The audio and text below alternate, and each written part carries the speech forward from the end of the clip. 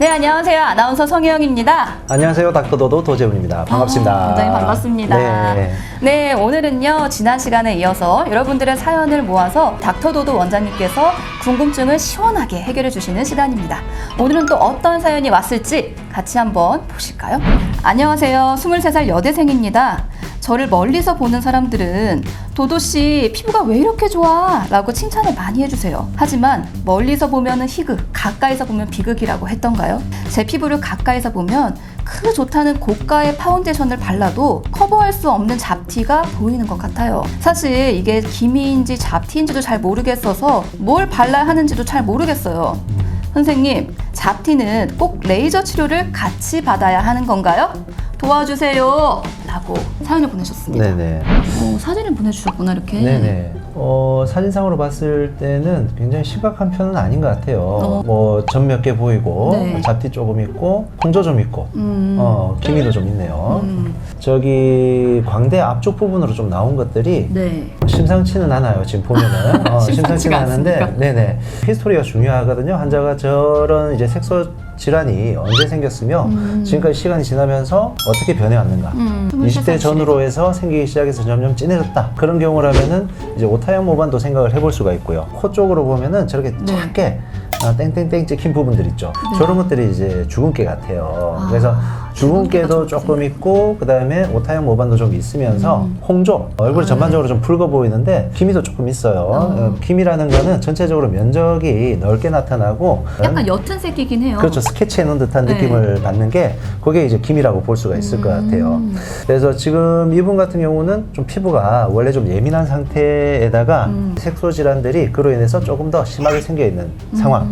어찌됐든 사연을 주신 부분에 대해서 치료 방식을 간단히 설명을 드리면은, 일단 점을 빼는 방법에는 레이저 치료가 지금은 제일 낫고요. 다른 방식은 사실상 거의 없다라고 보는 게 맞을 것 같아요. 나머지 잡티 부분은 실제적으로 이제 좀 진하게만 커버를 해준다면 충분히 커버가 되는 정도가 아닌가 싶어요. 근데 그것마저도 좀 치료를 하고 싶다. 이 부분을 어디까지 치료할 것인가, 그리고 어떤 부분을 치료해야 할 것인가, 요 한계를 딱 정해놓는 게 좋을 것 같아요. 기미가 나타나는 부위는 굉장히 다양하게 나타나요. 얼굴 전반적으로 걸쳐가지고 뭐 광대 쪽에 나타나는 것이 대부분이고, 눈 주변, 이제 볼 쪽, 아니면 턱선 쪽으로도 나타나게 돼요. 그런 기미 병변을 제외하고 나머지는 잡티라고 또 표현을 하기도 해요. 잡티라는 부분은 어쨌든 여러 가지 형태의 색소들이 뭉쳐서 있는 부분을 갖다 잡티라고 이야기를 하고요. 오타형 모반이라는 것도 있을 수가 있고요. 주근깨도 있을 수도 있고요. 아니면 흑자라는 것도 있을 수도 있고요. 노인성 반점이라고 해가지고 검버섯, 이런 것도 있을 수도 있고요. 잡티가 다 같은 잡티가 아니네요. 네네. 진짜. 잡티들도 이제 그 잡티의 종류에 따라 가지고 치료 방식들이 굉장히 다르게 되어 있는데요. 예를 들면은 이제 기미 같은 경우 굉장히 강하게 치료를 해서 한 번에 확 날려버리면은 얘가 굉장히 화를 내요. 그러면서 오히려 훨씬 더 심하게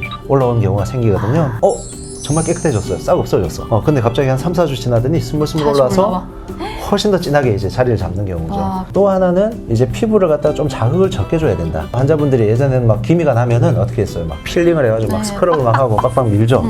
예전에 막 때타올 가지고 막 이렇게 미는 분도 많았었어요. 예. 그 스크럽 자체가 오히려 기미를 갖다가 훨씬 더 심하게 만들 수 있다는 거 알고 계셔야 되고, 이런 여러 가지 치료 방식들을 갖다가 환자분들의 어떤 형태에 맞춰가지고 추천을 해드리고요. 거기에 대한 치료 방식을 맞춰주는 편인데, 가장 중요한 부분, 환자분들이 집에서 할 수 있는 부분들이 제일 중요하잖아요. 일단 자극을 피하는 것, 첫 번째. 좀 전에 말씀드렸던 것. 자극을 피하기 위해서는 이제 안 문지르는 것도 중요하지만은 보습 관리를 굉장히 해주는 것도 중요해요. 그다음에 우리가 색소라고 하면은 주로 생각나는 게 뭐가 있어요? 어떨 때 심하게 된다라고 흔히 생각을 하죠? 햇빛을 강하게. 맞아요. 자외선에 의해서 그게 굉장히 심해질 수가 있기 때문에 자외선 차단제를 꼼꼼하게 바르는 것도 굉장히 중요해요. 그래서 보습 관리, 그리고 자외선 차단, 그리고 자극 안 주는 거. 요 정도는 집에서 좀 해줘야 되겠죠? 그쵸. 그리고 이제 잠 푹 자주고 스트레스 좀 덜 받고 이런 것도 사실상 이제 뭐 만병의 근원이네요. 네네, 만병의 근원이 될 수가 있어요. 스트레스도 중요하기 때문에 잠도 푹 자고 스트레스를 좀 덜 받는 그런 환경을 만들어주는 것도 사실상 굉장히 중요할 것 같아요. 그래서 영양제도 좀 잘 챙겨 드시고 뭐 이런 것들.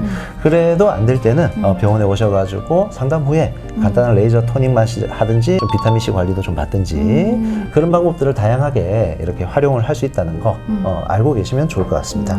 오늘 제가 꼭 한 말씀 드리자면은, 기미 치료를 하는 데 있어서는 가장 중요한 부분은 물론 색소를 깨는 것도 중요하지만 그 기미가 재발되지 않는 것을 어느 정도 막아주고 그 다음에 근본부터 치료를 하는 것이 중요하다. 그래서 피부의 상태를 갖다 굉장히 건강하게 만들어서 색소를 깨줘야지 치료가 가능하다는 것을 점을 여러분께 말씀드리고 싶습니다.